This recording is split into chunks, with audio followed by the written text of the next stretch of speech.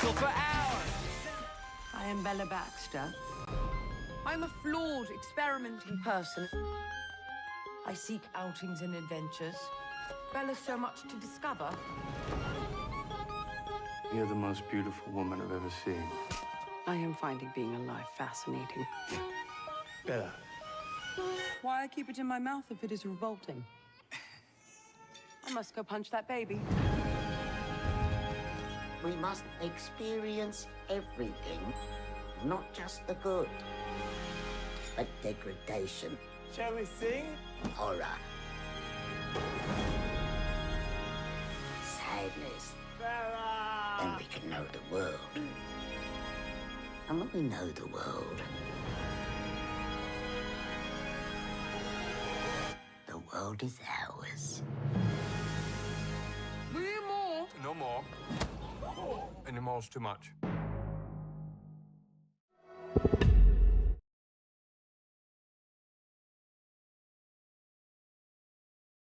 Welcome to the periodic table of awesome. Yes, hello, my name is Dion, and that was a seamless entry into what I consider a Frankenstein of a podcast today. Yes, hello, and I'm joined by the always wonderful Peter, the absolutely delightful Jill, and the mad scientist that is Quinny. Oh dear, yes, what an interesting topic that I have chosen. Yes, I'm going to say that out right now. Oh, you chose this. I chose this. This is my fault, so I'm going to stand up and do that because, to be fair with this one, I saw a lot of buzz about it, and I thought that's interesting, and the director has made some, interesting stylistic films in the past, and I was like, it's got some good actors in it, and so yes, this was the one that we're doing, and of course, it just won an Oscar for more than one. Well, I was yes, going to say quite a few, in fact. yes, About and four. Oscars as it were. For Very this. buzzy, very highly reviewed, much lauded Yes. film by mean, many it was- people. Yeah, it was on my to watch list as well because I Sure. thought, oh, there's so much hype about this and it looks quite stylistic. And I thought, oh, that could be a fun watch, not knowing what the actual story was about. No, I have to admit I did that too. I went in cold as possibly. So had any of could you watched the be. trailer at all? I mean, I've probably seen like clips of the trailer.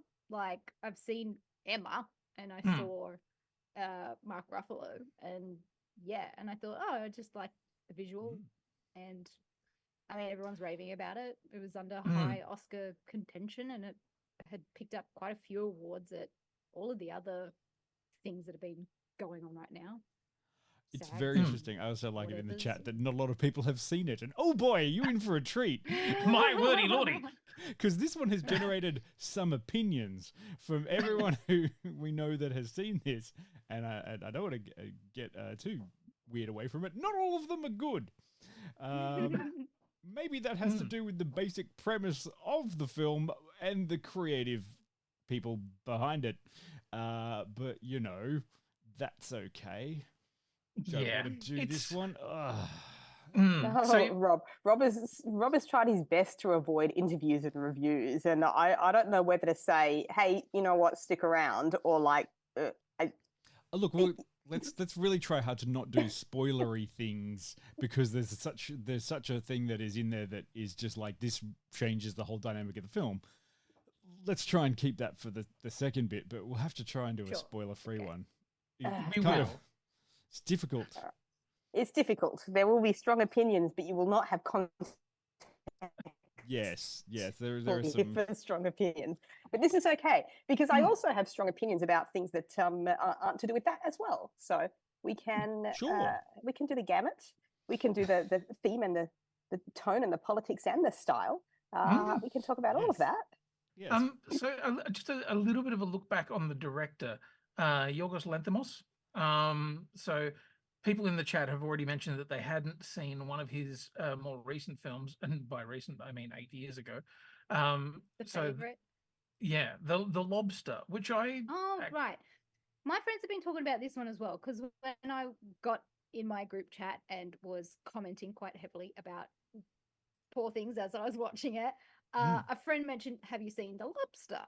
And I was like, "Oh, I haven't." but I'm now curious to go and watch that because I have Yeah. watched The Favorite, and I got to say, I found that a bit meh. Okay. I wasn't really on board. And the weird thing is that I usually kind of love that weird dry humor, but there was just something that didn't connect for me with that one.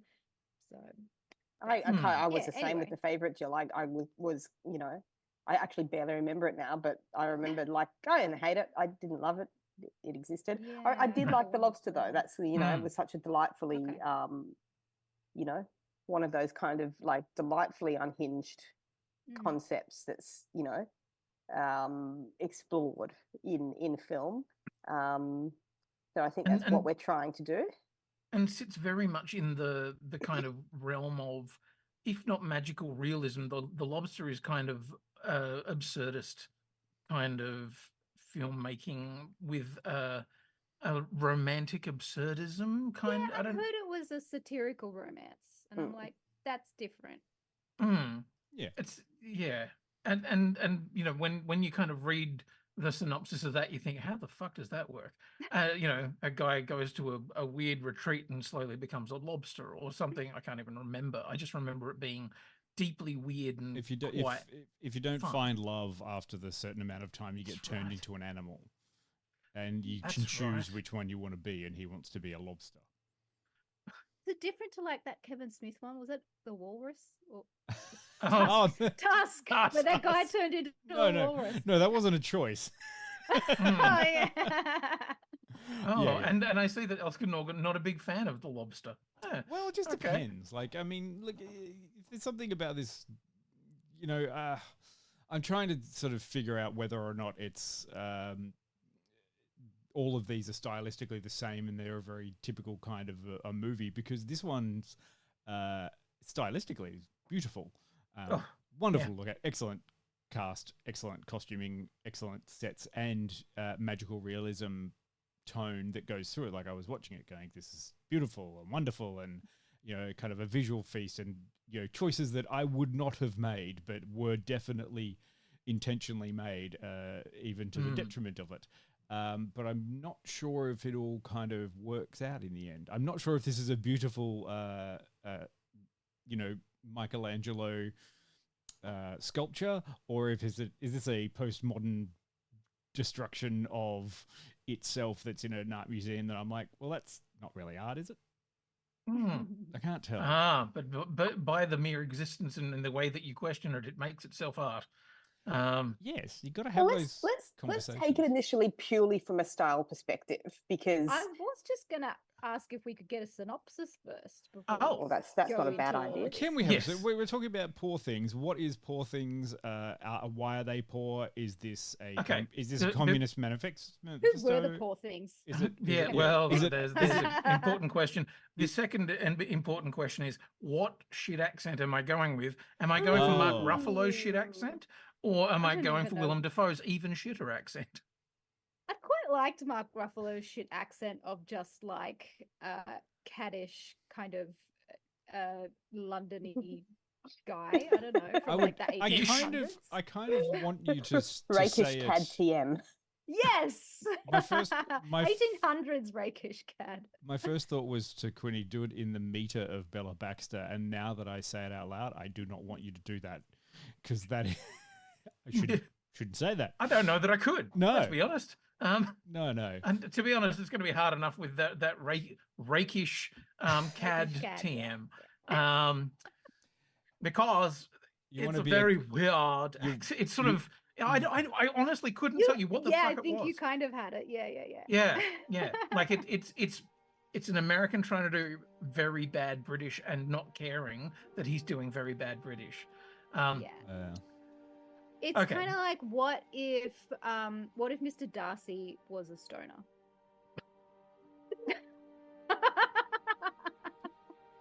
This is not going to be anything like Mark Ruffalo's accent. I'm just warning you. You've got your brief, Quiddy. Go. Okay. Brought back to life by an unorthodox scientist. Fuck, I just turned into Matt Berry. Yes. New York City. A young woman rides off with a lawyer on a whirlwind adventure across the continents. Free from the prejudices of her time, she grows steadfast in her purpose to stand for equality and liberation. Fuck only knows. It's Matt Berry meets Catherine O'Hara now somehow, but I'm loving it. Yeah. Oh dear. Sorry, I apologize. No, I don't know where I that love went. it. I fucking love it. Equality. So yes, a woman is brought back to life by an unorthodox scientist, and there's the understatement of the synopsis. Yes, it's a Frankenstein. It's Frankenstein. Yeah, basically, it's Frankenstein. It's Frankenstein, but we're yeah.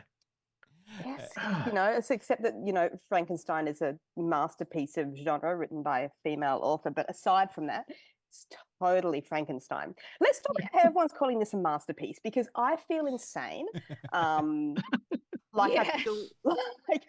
feel insane, and like I accept that I am very possibly wrong because I feel very much in the minority here.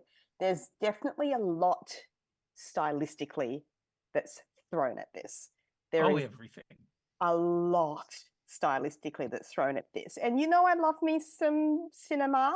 Is there a lot really thrown at it stylistically, or did someone discover what a fisheye lens was? That's one of the things that's thrown at it stylistically. Here's the thing. The production design I would rate as like Victorian meets sci-fi meets Art Nouveau. There's like this weird kind of magical realism, as Dion said before, about it, and that's kind of where it feels like it fits. But all of the locations are fantasy. Like, they're real places, but they don't look like those places. And then the costuming kind of fits within that Victorian aesthetic, maybe even like dipping into Edwardian, but also has that futuristic vibe of like couture and construction and very Victor and Rolf kind of avant-garde look about it. And all of that kind of shit I ate. But the rest of this movie, I mean, I kind of ate it initially, but then it like made me a little sick. Like it was. I did start to get on board with the fisheye lens, though. Like the camera usage and the cinematography was unusual, and I think that kind of like was going for that art house aesthetic in its whole styling. But it doesn't take away from the story, which is like half of what the movie should be about. Yeah, I mean, the fisheye lens, like, I mean, the question is why? Why? I don't know that why? Because I don't know you're that it the translated viewer. into anything. And that's the problem. Like, initially, like, when you first see the fisheye lens, I'm like, oh, is this like... Is this a voyeuristic kind of view? Is this supposed to be our perspective? But then, no, not so much. There were also, like, black and white color choices that, like, why? I don't know. It starts off in black and white, and then you go to some flashbacks where it flashes back into color, and you're like, I feel like and then we stay in color for a while. We're like, I feel like it switched to color when she left the manor. Yes, I feel like, but again, it was kind of like, but why the black and white? Like, you know, we can talk more thematically about that later. But there was, for me, there was kind of a lot of like, oh, we're throwing a lot at this. It's a bit much. Like, it's a bit much. It's like last week I got upsold on a dessert, and it was like a cheesecake, and like I didn't really want dessert, but like the person who sold it to me was like, no, you have to have this cheesecake. It's like freaking amazing. And like I love a cheesecake. I love lots of kinds of cheesecake. Like I love a baked New York cheesecake. I love a Basque cheesecake. Like I love like a Japanese, like an Uncle Tetsu's cheesecake. I even kind of like the like shitty frozen Sara Lee ones, because even though they're objectively bad, they're kind of comforting and nostalgic. And so this like cheesecake comes out, and it's like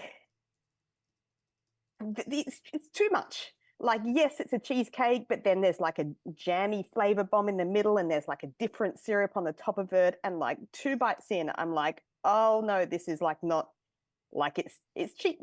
We don't need to do this much to a cheesecake.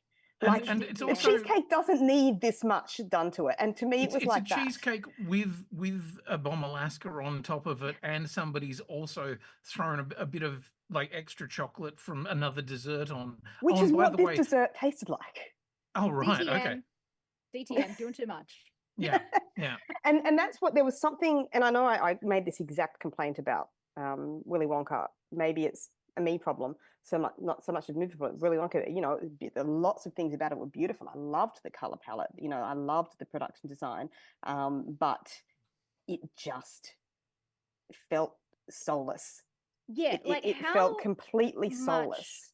Art can you put into a project without editing and still have it contribute to producing something of quality? But it's also how much are we spending way too much time trying to get the very specific, very clever things about the looking right, but not actually thinking about the humanness that actually makes up the story, that actually gives it its soul. There was something very kind of like carefully constructed that kind of felt about this from a purely stylistic point of view without going into any of the thematics. And particularly at the beginning, you know, I love me some like dialogue driven stuff. It feels like it's written. I love a lot of Tony McNamara. Yeah. Help me out. Tony McNamara. Yeah, Tony McNamara. McNamara. I love his scripts in stuff like The Great. And there was definitely an element to this, that in this, particularly in Emma Stone's accent at times, but the delivery felt like actors delivering the lines. It didn't, like, there was just something that was very like disconnected for me. But I honestly think that perhaps is what Lanthimos was going for, because I don't think that you can put Willem Dafoe in that makeup. And one of the you mentioned a German film. There's sort of a German expressionist, brutalist kind of look that, you know, would be very much at home in Cabinet of Dr. Caligari or Metropolis or something like that. That you put him in that, you make him as ridiculous as he is, you let them get away with the shitty accents that they are getting away with. That to me is very indicative that the director has said, fine, do that.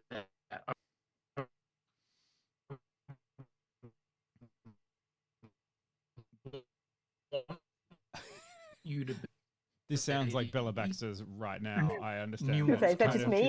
No. It's just wait, Quinny. Yeah, but we lost you there. Sorry, Quinny. You were making a beautiful point, and we lost you halfway through. Yeah. Ah, fuck me. That's so annoying. Yes. It was a very good point about German expressionism and stuff, and I'm being a German and expressionist. Yes. Yes, you said like the brutalist thing, and then the shitty accents, and you could chuck Willem. Oh, it was just basically Yorgos knows what he's doing, and if people are acting shitty, it's because he told them to act shitty.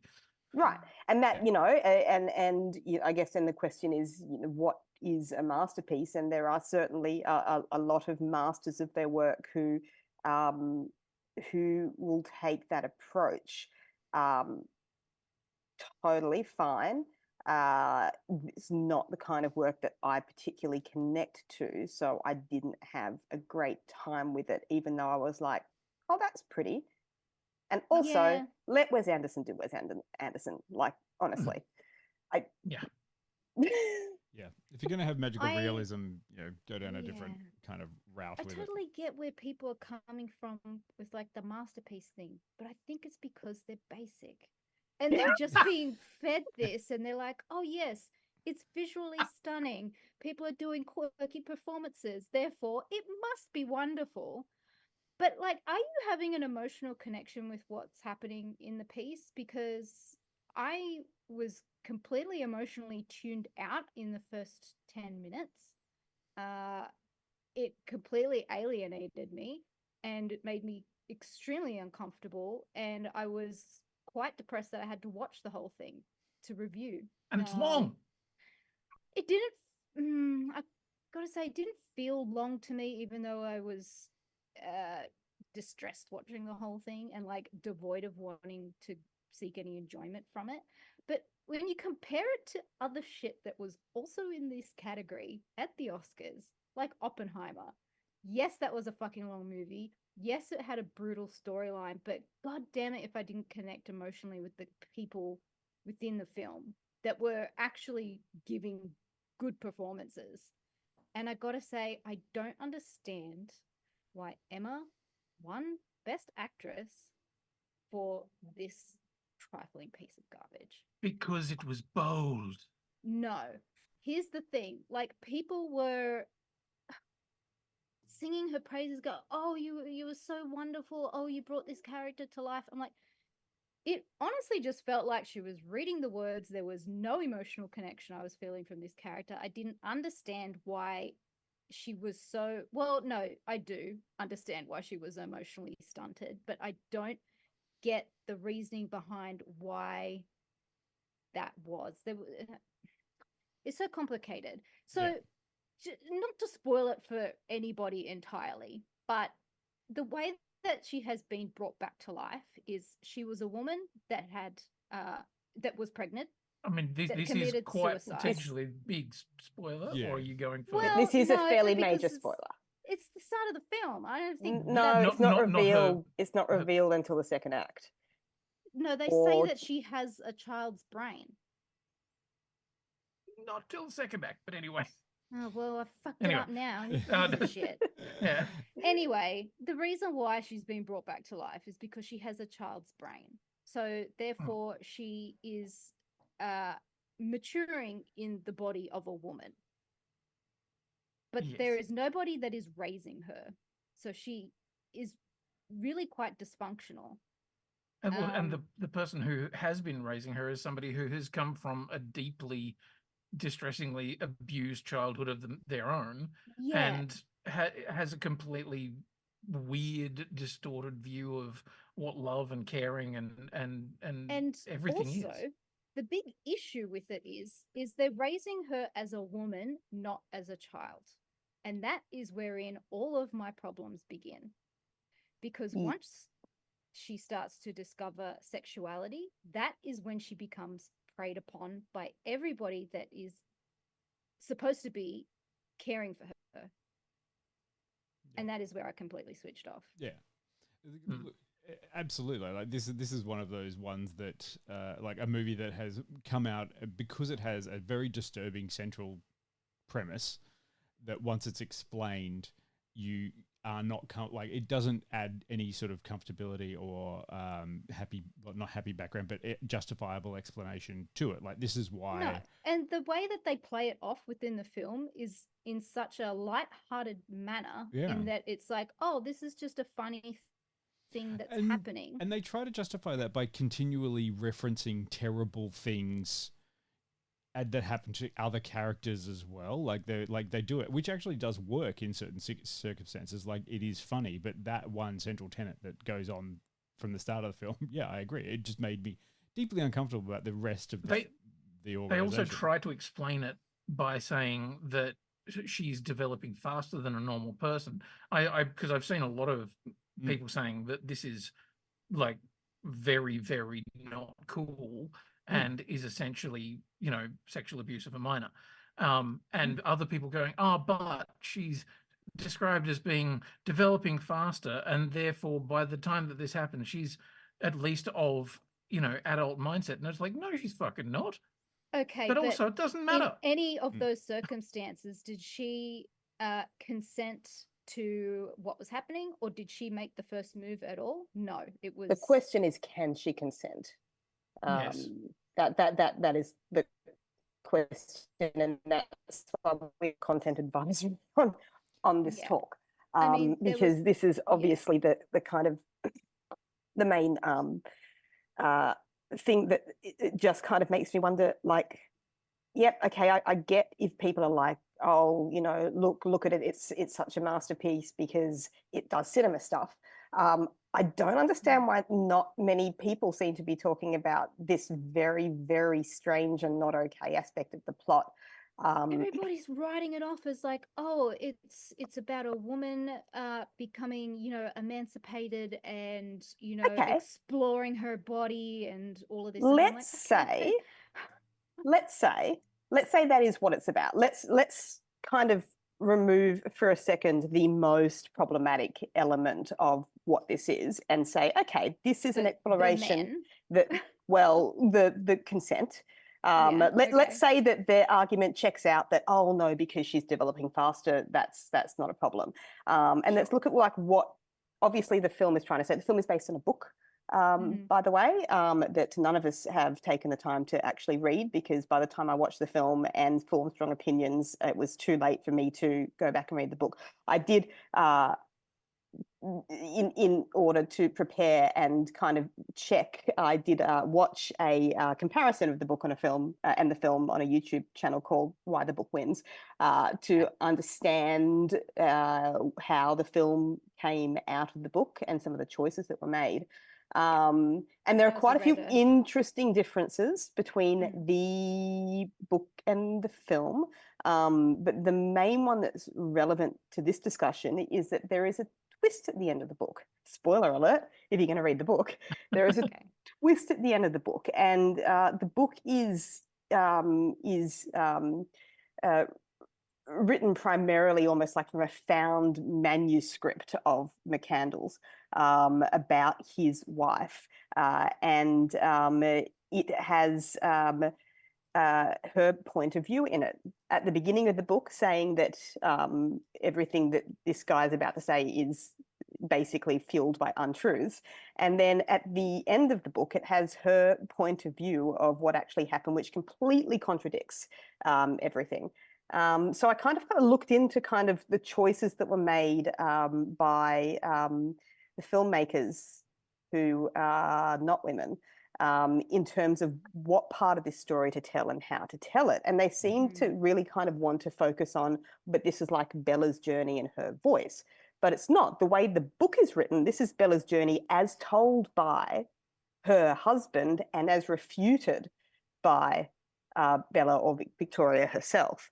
And it's such a strange thing to have removed from the storytelling, because it kind of changes everything about the way we interpret it. Yeah, I could maybe forgive this interpretation of the film if that was made clearer, that it was from the perspective of her husband or McCandless. Like that, maybe I could have said, okay, so maybe we just take this with a grain of salt. So it's like people are like, no, but this is like such a beautiful meditation of seeing a woman go into the world unburdened by knowledge and oppression of the patriarchy, to kind of explore her sexuality and to be free and all of that. But for me, even if you take away the weird consent issue in the plot and just take it as just that, who is telling the story and how? Because frankly, like I saw a lot of like naked Emma Stone, and I saw like, a lot of social commentary.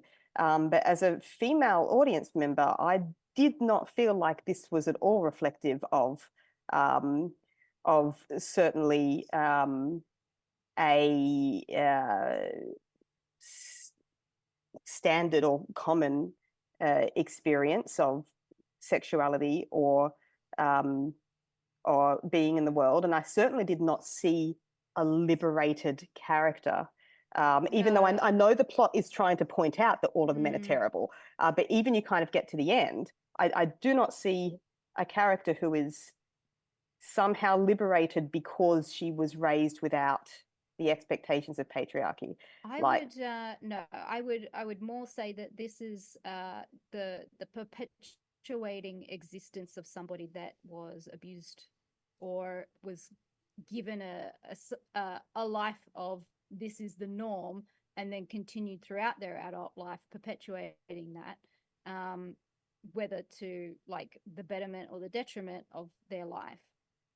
So I appreciate the comment or the exploration that's trying to be made, but I don't appreciate the continuing oblivion of masters of their genres about which stories they are qualified to tell and will be able to tell well. And I particularly don't appreciate that nobody else seems to have noticed. And everyone's like, no, it's a masterpiece. I'm like, I must be insane. I think you're in I good must company be here, Pete. mad. I don't because I mean, because I was so pissed off for this entire film. Yeah, absolutely. Like, I mean, I watched this as well, going, oh no, I'm really excited for this. It's been like cleaning up, and people have been praising it and doing it and all that sort of stuff. And I was watching it, going, oh no, like I'm trying hard to justify. Like, I mean, these are the things. Like, I can't fault the actors, the quality of the actors, the sets, the stylistically, like it's all very beautiful and very well done. But yeah, I was just uncomfortable through the whole thing because the central premise of the movie and how that plays out and what is the eventual like ending of it, I was like, this is less than a Z grade kind of plot. I would just like to point out that, like, isn't a sexual liberation usually off the back of being stifled sexually? So therefore, how can you say that this is an exploration of her sexual liberation when she has been nothing but a fucking horny woman the entire time, but also been sexually preyed upon by the men that have inserted themselves into her life and, taken her body as, property? There's scenes where literally, like, Mark Ruffalo's touching her without permission. And not just like a tap on the shoulder, like going right up. Yeah, I mean, it's not. If there was any kind of liberation happening, it wasn't a sexual one. It was one of her exploring the world and finding out what is out there besides what she grew up with and all of the sex that she's having. Yeah. And essentially discovering oppression along the way. Yeah. And maybe finding out about 4 things that didn't happen in this movie. Oh, the no. 4 things that she wants to change her life and... Again, apparently that's like a much larger bit of the book in terms of what she ends up doing with her life to dedicate her life to. Why call this movie Poor Things? I love that. Yeah, so that's a bit spoilery, but yeah. I don't know. Yeah. Yes, it's an odd one. We have a man wanting to play devil's advocate in the chat. Oh, yes, he is clearly meant to be a vile human. So it is not supposed to feel like that is a good thing when it happens necessarily. No. No, it is. It does feel like it is trying to make a comment that the oppression of women, sexual or otherwise, by men is bad. Like, it doesn't feel like it's saying, yay, this is all excellent. I don't think it goes far enough. Well, it doesn't go far enough because it's not made from the experience of people who have actually experienced it. So how could it? Like, I appreciate the effort. I appreciate the kind of outside of the extremely problematic element of it. Like, I appreciate like the effort to kind of, tackle that every single person in this woman's life has in some way obviously been oppressing her, and like obviously that is not presented as a good thing. And I don't believe that the filmmakers were like, look at all of these wonderful men helping this woman along her journey. Like, they are really, making a statement about, systemic oppression of women on a, cultural and societal level. I mean, they have couched it in a historical era, which is kind of strange because samesies now. But can you make that film right? It just feels like the way that it ended, where and it's like you haven't distanced yourself from any of this. You've just come back to it all. It's so male gazy, like it is so much. And that was something I was going to mention. She's beautiful, of course, and I actually don't, I don't have any serious issues with her performance in the film, and I love her work in general. But it's like it's so male gazy. If I wanted to watch straight porn made by men, there's plenty of it out there, and I don't like it, and it's not for me. So this is why I don't want to watch this movie ever again. Yeah. I mean, Cooney, you were going to say something about this. I was, because it was something that I noticed while I was watching it, is that there are ways to shoot sex that are, show different ways of it feeling, whether it feels good, whether it feels bad, and the way that women's bodies are looked at. And there are times that I've seen it done incredibly well. And there are times where I was like, Jesus, that's a lot of Emma Stone. That's like, I felt like this was one of those things of going, oh my God, she's so brave. This actress who's getting around so naked all the time and everything. And I was like, there are so many ways to do it that aren't as gross feeling. It's just wet slapping pornography, let's be honest. It's funny, I had the subtitles on, and some of the was that the description? Some of the descriptions in the soundtrack sounded a little bit like wet that. Wet squelching was actually like there at some point. Oh, good. Oh dear. Yeah. But yeah, look, I mean, and it's not to say that if you really enjoyed the film, obviously you were in the majority if you really enjoyed this film. Like, it has been, critically acclaimed. I will struggle to recommend it to anyone. I can roll my eyes every time I hear critically acclaimed on this movie. It just makes me feel insane. Yeah, I will give it props for its stunning design work, because I did look at it compared to the other film that was up for design, and I did kind of look at that because, oh God, what was it? Yeah, it was Barbie. Yeah, because look, I'll be honest, like, if you want to compare the two in terms of production design, like, Barbie had a very clear purpose and aesthetic, and this one was just pretty, but it was beautiful. Yeah, and this one was Baroque and detailed and had all of these different things that it was trying to say with its design. But it like the Oscars is not a thing of subtlety and not a thing. Feel like Barbie was so functional and purpose driven, and in that way was an extremely well done production. But yeah, I looked at the two side by side and went, I see why they did that, but also I can see why they shouldn't have. But anyway, and the music.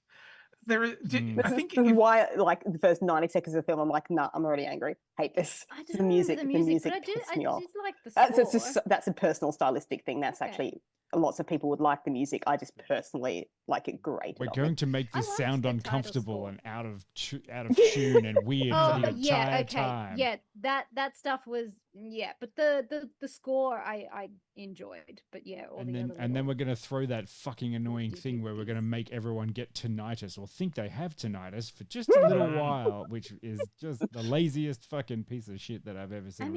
I didn't notice that because I actually have tinnitus, so it will just have blended in with everything else. All of it was just layers and layers and layers of style. Yeah. And that's what kind of shits me about it. And it's funny because I've thought a lot about Saltburn while I've been thinking about this movie, because that's something else that we've talked about lately that has been very polarizing, that hasn't been as heavily lauded as this one. And, I spoke when we talked about that, about how, I mean, they're both very much kind of like auteur kind of films. And, there was some very overindulgent stylistic choices made in Saltburn that as a viewer I found quite delicious. Like, I'm like, you know what? This is overindulgent as shit, but I'm here for it. Like, I'm enjoying it. And I just had the opposite experience in Poor Things. Like, exact same, like, yes, this is like an overindulgent directorial choice, and I do not like it. Like, it is starting to piss me off. Well, I say that we should drop some numerical ratings in that in the thing, because I feel like we've still got things to talk about in the spoiler section. A bit of I apologize for giving away like the main premise of the film. there's a few rounds of ammunition I think stored up to be deployed. Yeah, we still got some hurting bombs. Few carpet bombs coming up. Who wants to go first? Is anyone who wants to polarize it out first? I will, because I've been thinking about it since I watched the movie on what I was going to give it. And purely it's only for artistic preferences of mine, and that it kind of ticked boxes for me. I'm going to give it a 30. None of those points are for the story. It's purely on a design score. Yeah. Yes. It's not the movie for me. No, fair enough. Totally fair.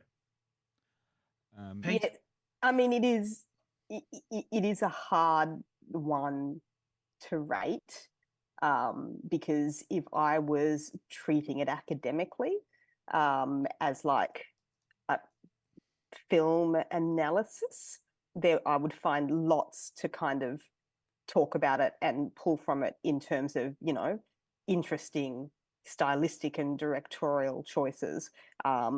But seeing as we don't rate based on that here, and we rate based on how much we liked the film, I'm also going to give it a 30, which is so low for me. And I know I don't usually do it. But that's what I like. You're allowed. It means it made me mad. And the, impressiveness of some of the stylistic choices did nothing to balance out that anger for me. And so that's an angry 30. Dion. Polarizes. Look, I mean, mine was pretty low too. It was under the 50 mark for just a lot of those bits, but I'm going to it went back up because in that sliding scale that I run in my brain of like, how much do I do this? Like, knocking bits off because it's a bit shit. And then it comes back up a little bit. Like, I mean, I've seen this film before in another film, but I'll explain that later. But I ended up sitting at about 55. And literally it gets above the 50 only because it's really beautiful. The style of it is great, but the rest of it was all like it was sitting under that because of just what was around it. Like, this is wrong. Like, watching the entire film going, I can't get on board with everything. Like, everything that came after the start, all the way through, all the jokes, all the beautiful cinematography, all the points that were trying to be made, everything that went through. I was just like, but it's shadowed. Like, sorry. I mean, if I enjoyed the stylistic choices that were obviously very impressive, it probably would have affected my rating. But seeing as they just also like made me cranky, it was like, oh, that's impressive. I hate it. What a beautiful piece of set design. What a cunt. And my 30 points is all for production design. Yeah. God, I don't know. I find it really hard because like there was a character who said something within the first 10 minutes of the film that made me just go, wow, this film, Jesus. And from that point onwards, I was like, and I don't know whether that's a cultural thing of that,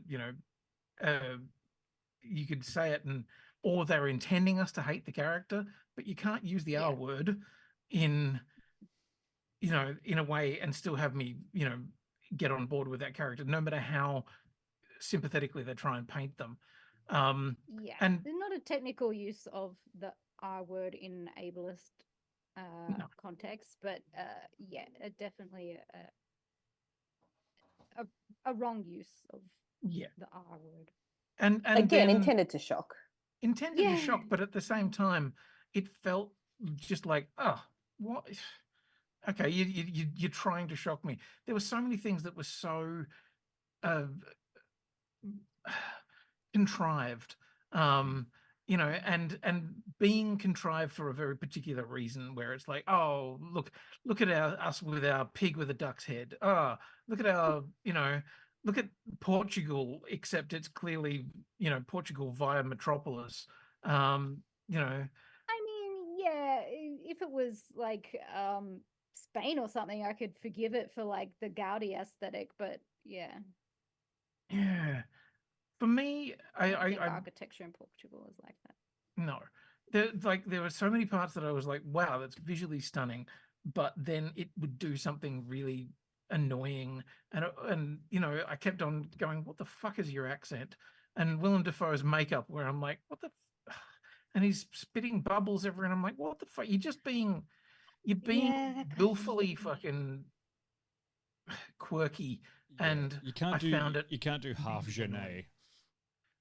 Well, that's just it. Like, if you look at Jean-Pierre Jeunet, or you look at somebody like Terry Gilliam, who would do something along these lines, they'd do something with a similar feeling of style and yet have something more to it.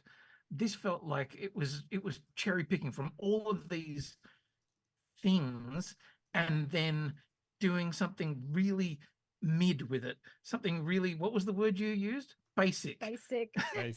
Because I know, it was a pastiche. It was like somebody flicking through a textbook and saying, oh, what are all the really pretty and cool things that we can put in here, and then just slapping it all together without really kind of any thought for a sense of cohesion. Like these quirky moments that you talk about, Quinny, like the blowing the weird gas bubbles and all that kind of stuff, it doesn't lead anywhere. It doesn't give us anything. There's no empathy for that character from like the experiences that he recites throughout this movie. You're not really kind of getting any lived experience from him. There's no emotion behind anything that he's saying. It's just all being recounted, and it doesn't feel, there's no empathy to be earned.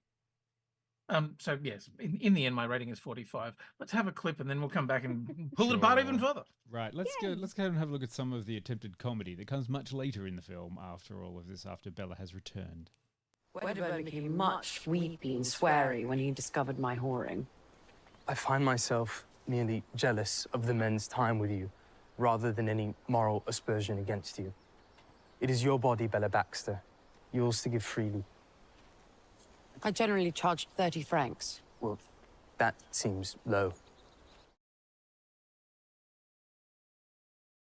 There's the point, isn't it? It's like that is supposed to be one of the comedy moments of the film, and in the end, after you get past the certain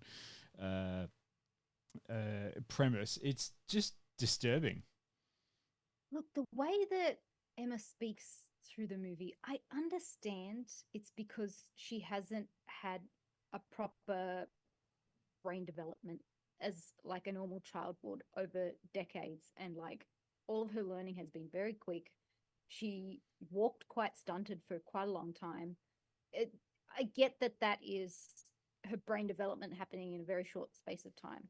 But God, it shat me to tears by the end of it. It's just a strange thing, because I mean, the film buries the kind of plot development. Because I'm not going to talk anymore about how good it looks and how everything works and that stuff, because it doesn't matter. The stuff that shat me, is I think, when they set it up and they do pepper it a little bit before they get there, and they do things like one of the characters says, basically my father used to abuse me, and another character in the film goes, oh my God, that's terrible, and then they move on playing it as a joke. Yes. And then when you come out and you go, oh, where did Bella come from? She's obviously not here. How did you find her? It's like, oh, her mother was a suicide, but she was the fetus, and then we took the brain out of the baby and chucked it. Okay, there's the thing that we didn't cover, is that yes, she has the body of, but she is her.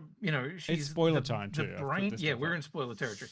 She is the brain of her own child. Yeah. Also, so like she's a child living in her mother's dead body. Yeah.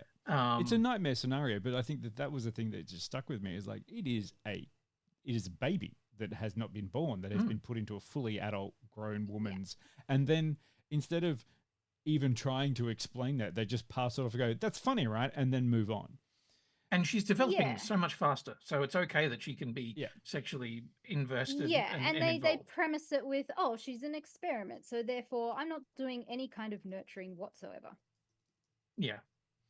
Yeah, and then everything that happens so she is from completely there, emotionally stunted as well, because there has been no sense of nurture or like.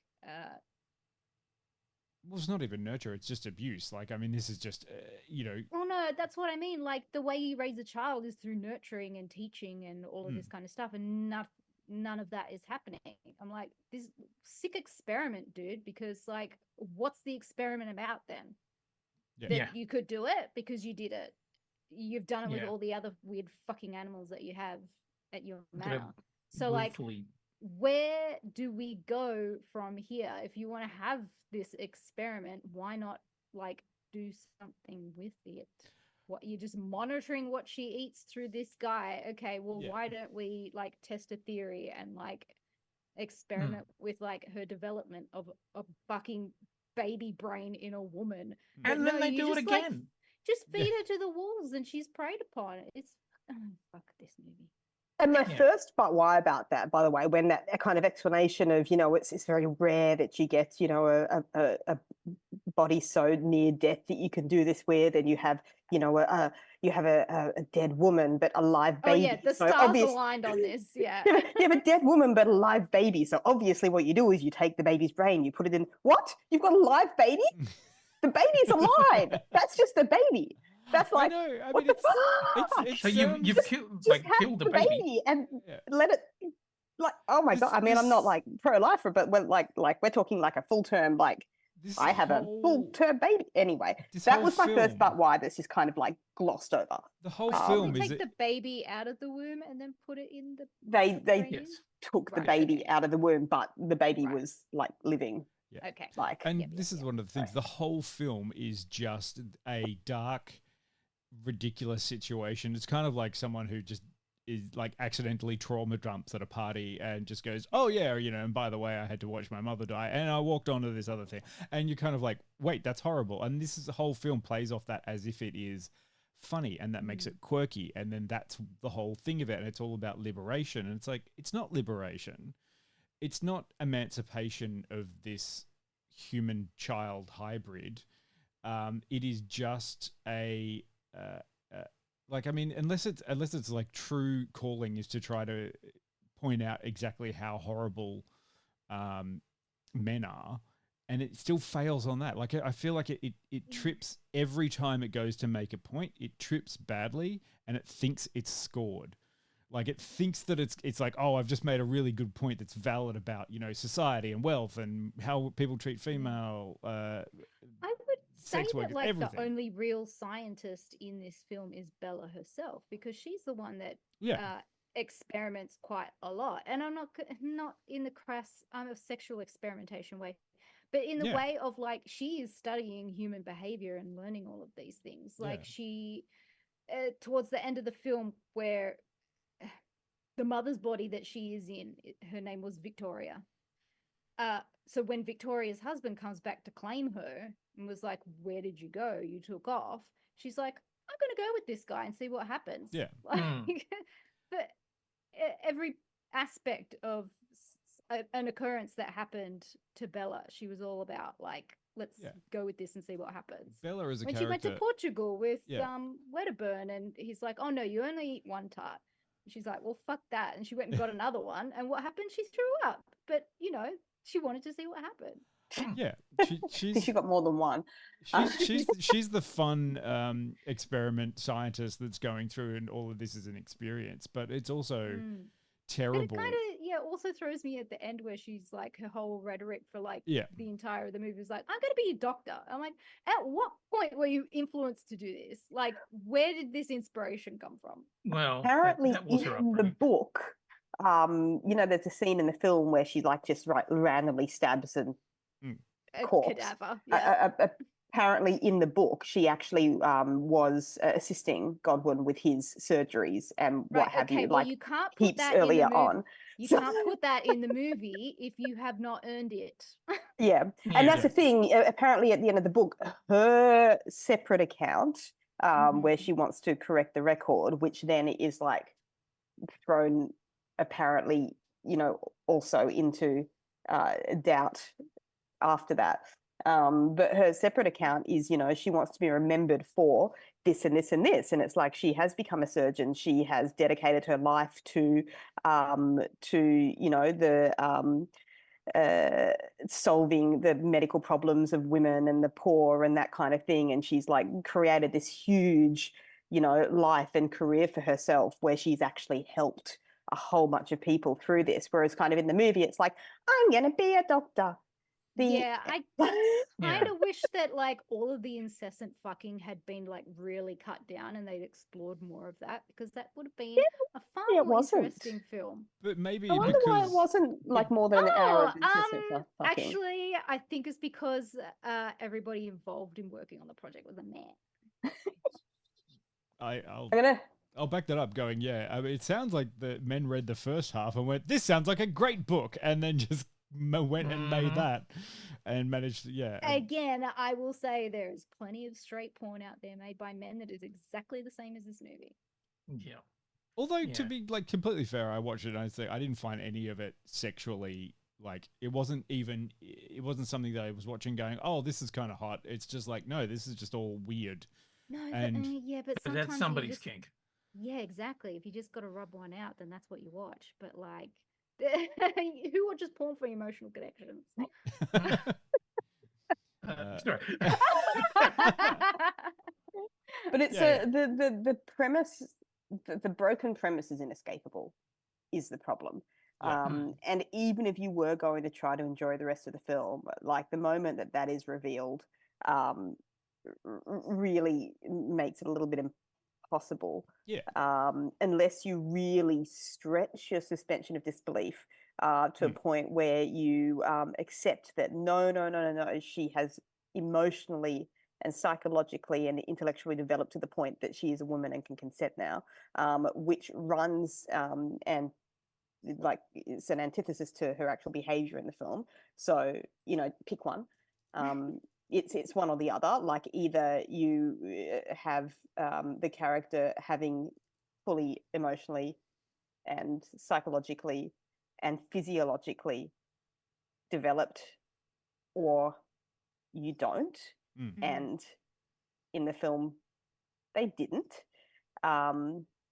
So it's inescapable. Like you just can't get around the very, very strange issue of this is a child's brain in an adult woman's body. Exactly. And it glosses over so many things that could have given more depth to it for the sake of a few more scenes of fucking. Like, there's a I would have sequence loved where to have seen any of the moments where she went with that other girl from the brothel to the socialist meetings. Yes. 100%. I would have loved to have seen her actually do more to actively help the poor people than just like hand over a bunch of money to someone and wander away. Yeah. You know, playing that for laughs and basically saying that she's innocent and too easily fooled, and you're like, Jesus. Which one do you want? Yeah. Do you want her to be like developing mentally, or do you want her to be stunted? Like, you got to pick a which lane. again is obviously a statement that is trying to be made that none of these men are doing the right thing, but it's it's too problematic. I did like the Duncan Wedderburn like character journey from, you know, insufferable Victorian cad to I've gone to a mental asylum because I fell in love with someone who was just using me, and I'm like, okay, I get that, I understand. And I enjoyed Mark Ruffalo. Yeah, like in terms of comic performances, he was the only one that hit for me. Yeah, and I love William Dafoe's Victor Frankenstein opportunity where he gets to, you know, do that, and I really liked the assistant, the housekeeper. What was her name? Miss Prim. Miss Prim. Yes, I liked Miss Prim.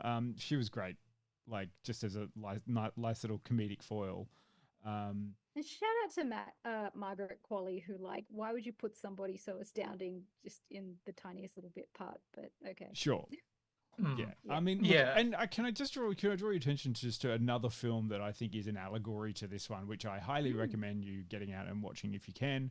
It sounds terrible, but it's called Frankenhooker. Now, Frankenhooker is actually, whenever I was watching this, I kept getting drawn back to, they did this in Frankenhooker. The only difference is that after, Bella Baxter has sex with men, they don't die. But when they have sex with the Frankenhooker, she electrocutes them. It's great, like, you know. Yeah, that's cute. But Frankenhooker is the story of a guy who was running experiments, who had a girlfriend and she was lovely. And then she dies, and he puts her back together again, but with pieces of prostitutes or sex workers, because that's what you do. And she becomes this weird Frankenstein that has a whole bunch of memories from all the pieces of sex workers. And it's very funny. And in the end, the big turn at the end is that the Frankenhooker regains all of her memories and starts cutting up other people and putting them back together, and does it to all the men that had wronged her across it. And I was like, this is exactly... That sounds This is fantastic. Poor Things.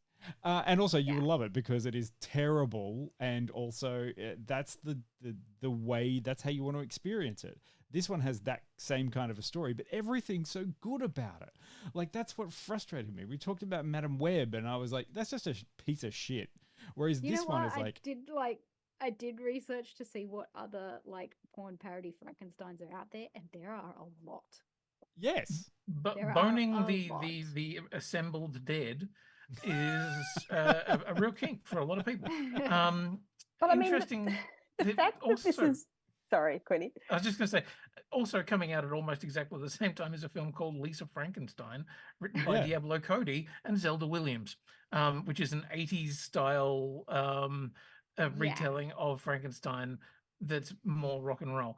It you know looks what? Probably very more good. I do want to see that one. Yeah. Like, I feel like the fact that this is leading us to talk about what is the next Frankenstein porn mashup you should watch, and not, to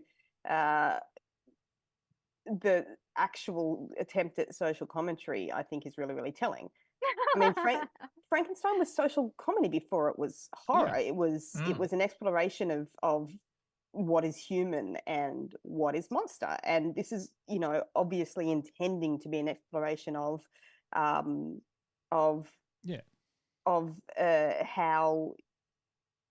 how the societal constructs around the oppression of women operate, and how they more broadly operate to oppress many people. Like, it's not invisible, like I can see it, like I can see the comments that is being made in there, but the fact that the mode chosen to make those comments has now led us to talk about Frankenstein porn. I feel like it's a slight failure. Those comments only ended up in the movie because it came from the text. Yeah. And it wasn't. And the text was a much broader exploration. Also, it was socio-political. It was set in Scotland. It was saying a lot more about different things. Yeah. And I think the unfortunately majority men production team and directors and etc. that were involved in making this just kind of picked up all of that stuff as happenstance because it came from the text that they borrowed from. So yeah, not by any purpose of their own to comment on it, but it just ended up in there. I feel like it's the kind of movie that you do when you're wanting to prove that you understand women. Look, I understand women. Look, this poor woman who is the child of mind of a child who is a sexaholic, but I understand women. I don't even feel like this is men saying we understand women. I think it's just them making a funny little porn adjacent movie. I mean, look, I'm gonna read a line that I clipped from that YouTube video earlier from the book that kind of went to the soul of what makes me uncomfortable. The book also written by a man, by the way, and Alasdair this is Gray. a line from McCandless's retelling of events. It says, "You think you're about to possess what men have hopelessly yearned for throughout the ages, the soul of an innocent, trusting, dependent child inside the opulent body of a radiantly lovely woman." Yeah, that's quite poignant, isn't it? Now, neither the text nor the film are saying that is actually a good thing. They are both trying to comment on why it's not a good thing, but certainly did not land for me the way it should have watching the film. No, it really feels just like, oh, this is the male sexual fantasy and we're going to explore that. Yeah. Or we're going to think that we're exploring female sexual liberation, but actually accidentally tumble into the male sexual fantasy. Oops. Yes. Yeah, because they're trying to do that, but through a male gaze. Yeah, which is not possible. Yeah. And if you want to get even angrier, go and read some of the quotes about the film, that are about the production and the making of the film, because it might just add to a little bit of that thing of like, wow, you really didn't kind of understand the entire point behind it, or it was just a very superficial understanding. And that's the thing. It is, and it doesn't work because it's superficial. Yeah. Like it's talking about very, very big things very, very superficially. Yeah. And it doesn't work. Yeah. For me, obviously works are these for a lot quotes of people. from the people involved in the production. Okay, so they're people involved in making it. Yes, right. like the director and the producers and the other people Okay, around that. right. You Thank can you. just That's after I've seen it now, I'm like, huh, really? That's what you say? Okay, right. Yep. Yeah. It doesn't lend itself to actually being smarter than what we were presented with, and that's a bit kind of. They're entirely justified to say that was their intention, but as the consumer, we have every right to have our own opinions on that. Yeah. Anyway, I would like to The say lovely thing about cinema is that we all experience it through our own lens. Exactly. Absolutely. And lens didn't like this one. Yeah. I have to say I like bits of it, but then the rest of it made me go, but it's a bit it's weird. By no means are we discouraging you from participating in the film by watching it. No. Oh yeah. I mean, it's obviously a big deal, and it's going to be spoken about for years. Yeah. But I mean, we've given you warnings, and at the start of the show, we gave you, a trigger warning as well. So, watch it at your own. Hopefully it gives you a bit more ammunition to go into it, look at it a bit critically, to go, really, is that though? Or if someone goes, I love it, it's my favorite film, then you can ask the question, but why? I honestly haven't seen any opinions from women that it was good. Yeah. The only opinions that I have seen so far, I mean, I'm not looking for them, but the only ones that I have seen that have come across me were opinions from men saying it was fantastic.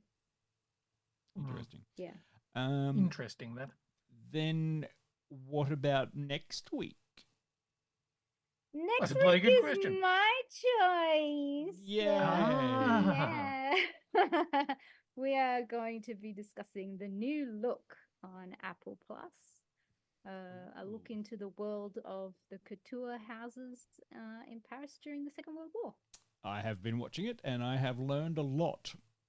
Because I got to say, I didn't know much about it. Oh, we're going to have a wonderful discussion next week. But I have learned enough to understand what is going on now. And I know who Coco Chanel is. Oh, and I know who Balenciaga. I know that guy. I've heard of that label. I've heard of these things. Fashion. Turn to the left. Fascism. Turn to the right. Fascism. Even further to the right. Yes. Very interesting kind of mini-series that's still currently screening, isn't it? Yes. Yeah. Peter won't be there next week, and Quinny won't be there next week either. No. Pete, where are you going? Another conference. Right. Ugh. High-flying person. Where is it? Burkina Faso? Gold Coast. Pretty much Burkina Faso. Burkina Faso of the upper coast of Burkina Faso of the east coast of Australia. The Burkina Faso. All right then. Thanks everybody. There's a very good chance I won't see you all for a couple of weeks at least. Well, I'm going to be not around. We'll see how we go. But I'll guilt you into it. Look, hey, if I can be here in 2 weeks' time for Ghostbusters, I will be. But the odds of me getting a chance to fucking see it, not real good. I'll live tweet you. And then this happened. And then this happened. And then this happened. Oh my god, they brought back Venkman. Yeah, Dion might be reviewing Ghostbusters by himself in 2 weeks. May do, maybe not. Yeah. We don't know. Maybe you can call in a ringer. Call in a ringer. Who are you going to call? I'm not proud of that. I'm going to call in Slimer. Excellent. All right. right. And thank you, Kanga. Thank you, Yes, everybody. thanks, Shall everyone. we go and raid someone? Let's You see should who's go around. raid someone. Who should we go and raid? Oh, look, let's go and raid Jordan. Jordan's doing Sure. Supermarket Simulator. Oh, fun. Way to fight the It patriarchy seems- with Supermarket Simulator. Yep, full Is respect. she like checking out her own groceries? Quite possibly. I'm not sure. She's hanging out with. Self-checkout? Yeah, she's hanging out with Slunt. So there you go. Isn't self-checkout just a camera phone? Beep. All right. Beautiful. That's enough. Thanks for I'll joining say, us tonight, guys. Thank you, everybody. Bye. See you next week. Bye.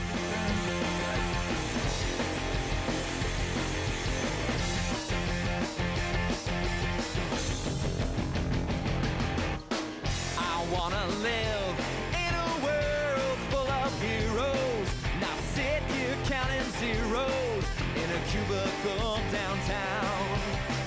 I wanna look out my window, see 'em flying, and swing across the horizon as I cheer 'em on so proud. Deep-powered girl keeps staring at her face, and call Colossus and have him teach me ways, and then we'd exercise. I'd be one of the guys. The martial arts from Iron Fist and Wall, call Dazzler up and teach her all my songs. Oh,